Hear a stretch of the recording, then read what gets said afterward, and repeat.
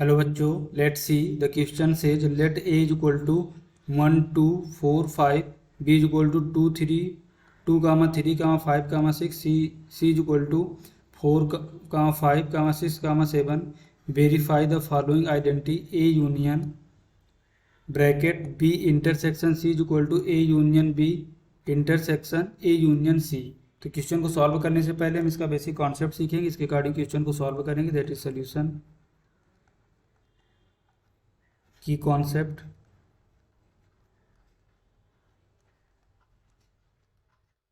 We know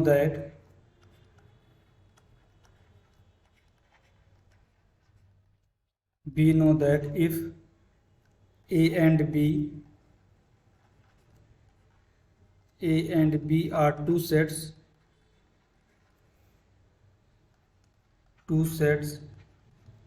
then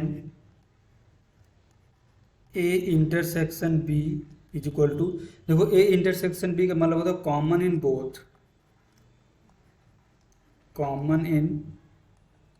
both,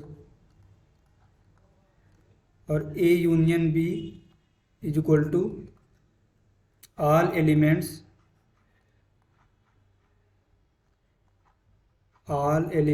in both set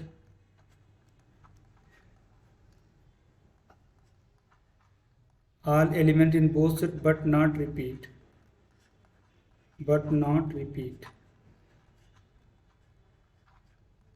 देखो ए union B का मतलब होता है कि ए और बी सेट में जो एलिमेंट्स उन सभी हम एलिमेंट्स को रखेंगे, और ये देखो सेट में तो ये रूल होता है कि कोई भी एलिमेंट्स को हम रिपीट नहीं करते हैं। तो हम इस बेसिक कॉन्सेप्ट का यूज करेंगे, इसके अकॉर्डिंग क्वेश्चन को सॉल्व करेंगे।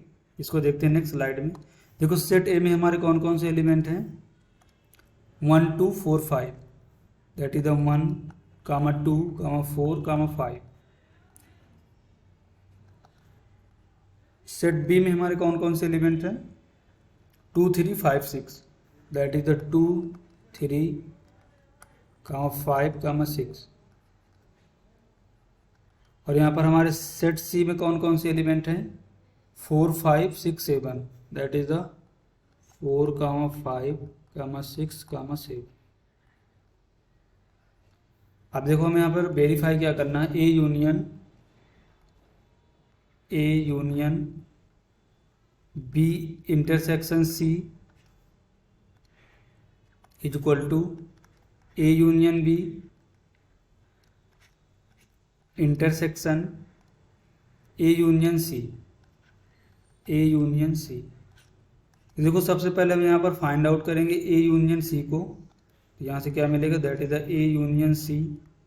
ए और सी में सभी एलिमेंट्स लेंगे बट उन्हें रिपीट नहीं होना चाहिए। तो देखो इस सेट ए और सी का यूनियन लेते हैं तो क्या मिलेगा यहाँ से, that is the 1 comma 2 comma 5 comma 6। देखो 4 5 6 7, तो यहाँ से क्या आएगा 6 कामा 7। देखो सेट ए और सेट सी में कोई भी एलिमेंट छोटा नहीं होगा। देखो 1 2 4 5 इसमें, तो 1 2 4 5 4 5 सी में, तो देखो 4 5 इसमें, 6 7 भी है सी में, तो यहाँ पर भी 6 7 है। अब हम फाइंड आउट करेंगे A union B. A union B का मतलब है कि ए और बी के सभी एलिमेंट्स, दोनों के एलिमेंट्स को लेंगे बट रिपीट नहीं होना चाहिए। तो यहाँ से क्या मिलेगा, 1 कामा 2 कामा 4 कामा 5। देखो 2 है इसमें, बी में हमने तो 2 ले लिया, 3 है बट इसमें 3 नहीं आया, तो यहाँ पर हमारा क्या आएगा 3। 5 है तो 5 को ले लिया, यहाँ पर 6 है तो भी यहाँ पर क्या मिलेगा 6। अगर इसको हम थोड़ा सिंप्लीफाई करके लिखें तो क्या मिल रहा है, 1 कामा 2 कामा 3 कामा 4 कामा 5 कामा 6। अब देखो हम फाइंड आउट करते हैं A union B intersection A union C. A union C और ए यूनियन बी में जो कॉमन होगा, तो देखते हैं इसको नेक्स्ट स्लाइड में। देखो यहाँ से हमें क्या मिलेगा, A union B intersection A union C. देखो इन दोनों में हमारा कौन से एलिमेंट कॉमन होंगे, 1 दोनों में है, 2 भी दोनों में है। यहाँ पर देखेंगे 3 नहीं है, 4 भी है, 5 भी है और 6 भी है। तो यहाँ से हमें क्या मिलेगा, दैट इज द 1 कामा 2 3। देखो ए यूनियन बी में तो 3 है लेकिन ए यूनियन सी में 3 नहीं है, तो यहाँ पर हमें क्या मिलेगा, फिर 3 को छोड़ेंगे, 4 5 कामा 6। और इस पर एक बार चेक करते हैं कोई एलिमेंट हमारा छूट तो नहीं रहा। ए यूनियन सी में 7 है, बट ए यूनियन बी में हमारा 7 नहीं है, 5 6 है, 4 5 6 है, यहाँ पर 4 5 6 1 2 3, तो यहाँ से क्या मिला 1 2 4 5 6। अब देखो सेकेंड वाले पे, राइट वाले पे क्या देखते हैं, हमें फाइंड आउट करना बी इंटरसेक्शन सी। यहाँ से हम कैलकुलेट करेंगे बी इंटरसेक्शन सी। तो बी और सी में हमारा कॉमन क्या है, देखो 4 तो सी में है, लेकिन बी वाले हमारे सेट में 4 नहीं है, तो मेरे कॉमन नहीं होगा। तो कॉमन क्या है, 5 कॉमन है और 6 कॉमन है। तो यहाँ से क्या मिलेगा, दैट इज द 5 6। और सेट ए हमारा क्या गिवन है, set A is equal to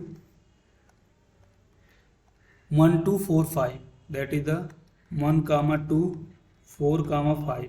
इसके साथ हमें यूनियन लेना है, तो यहाँ से क्या मिलेगा, A union B intersection C is equal to, इन सभी दोनों बी इंटरसेक्शन सी और ए के साथ इन दोनों सेट में सभी एलिमेंट्स लेना, बट रिपीट नहीं होना चाहिए। तो क्या मिलेगा 1 2 4 5 6।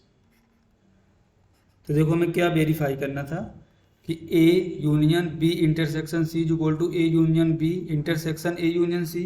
तो देखो यहाँ पर क्या मिल रहा है, A union B intersection A union C में कौन कौन से एलिमेंट है, 1 2 4 5 6, और A union B intersection C 1 2 4 5 6। तो यहाँ से hence A union B intersection C is equal to A union B intersection A union C. So we have verified this question, this identity using the concept A union B is equal to all element in both set A and B, and A intersection B is equal to common in both. Hope you understood it well. Best of luck.